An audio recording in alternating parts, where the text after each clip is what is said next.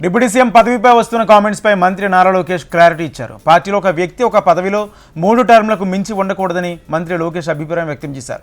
జాతీయ ప్రధాన కార్యదర్శి బాధ్యతలు మరొకరికి అప్పగించాలన్నది తన ఆలోచనగా ఉందన్నారు. సామాన్య కార్యకర్తగానే పనిచేస్తూ పార్టీ అభివృద్ధికి పాటుపడతానన్నారు.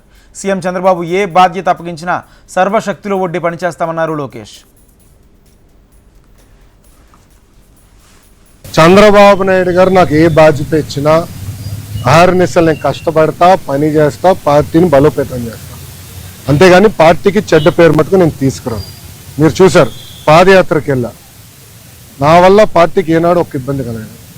నేను ఒక క్రమశిక్షణతో పార్టీ నాకు ఇచ్చిన ప్రతి బాధ్యత నేను నెరవేరుస్తాను, కట్టుబడి ఉన్నా.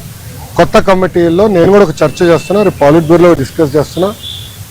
ఒక వ్యక్తి ఒక పదవిలో 3 టర్ముల కన్నా ఎక్కువ ఉండకూడదు నేను వ్యక్తిగతంగా నమ్ముతాను. అది నా వ్యక్తిగత అభిప్రాయం, పార్టీ అభిప్రాయం కాదు, నాయకుల అభిప్రాయం కాదు, నా అభిప్రాయం, లోకేష్గా నా అభిప్రాయం. నేను కూడా ఈసారి నేషనల్ జనరల్ సెక్రటరీగా ఉండకూడదని నేను భావిస్తాను. ఎందుకంటే 3 టర్ములు నేను అక్కడనే ఉంటున్నాను. వేరే వాళ్ళు కూడా అవకాశం రావాలి.